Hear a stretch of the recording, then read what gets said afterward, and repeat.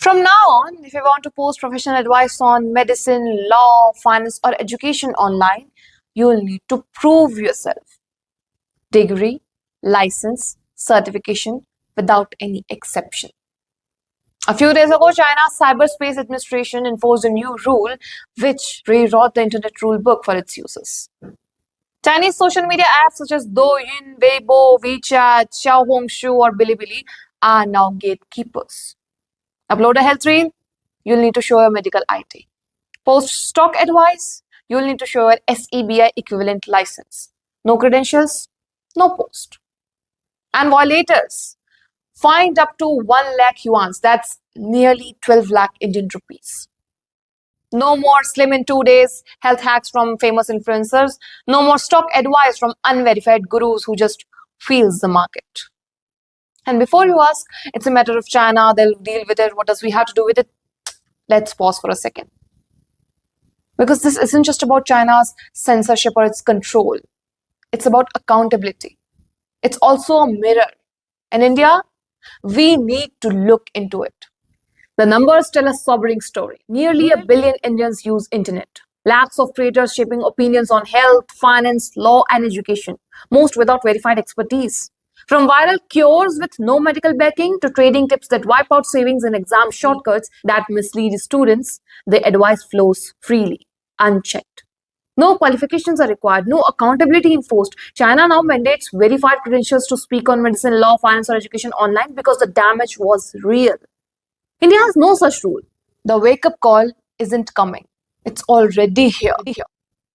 China didn't wake up and decided to play digital police. They moved after real damage. Hundreds of cases reported after harm from fake cancer cures in Douyin.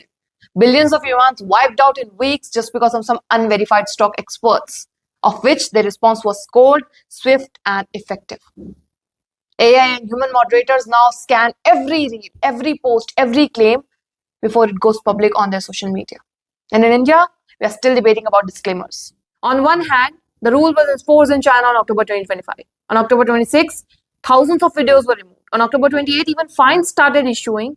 And on the other hand, in India, 18 states reported rise in social media quackery. But in 2025, still no national framework. We are not behind in talent. We are behind in filters.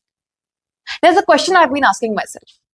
If China is asking for credentials to protect its people, why isn't India thinking about the same? Shouldn't India at least start the conversation? Not to copy, not to control, but at least to elevate. And I know some of you might be thinking, do I stand with a journalism degree to talk about this? Or am I pursuing one? Or is there a news agency behind me? Fair questions. But here's the thing. I'm not here pretending to be a doctor, a lawyer, or a financial expert, you say. I'm not here selling health hacks or some investment tips. I am an aspiring journalist, and journalism, for me, isn't about those grand titles, degrees, or those credentials on paper. It's about asking the questions that matters. And that's simply what I do here, don't I? I talk about what's happening, help people accountable, share what's real.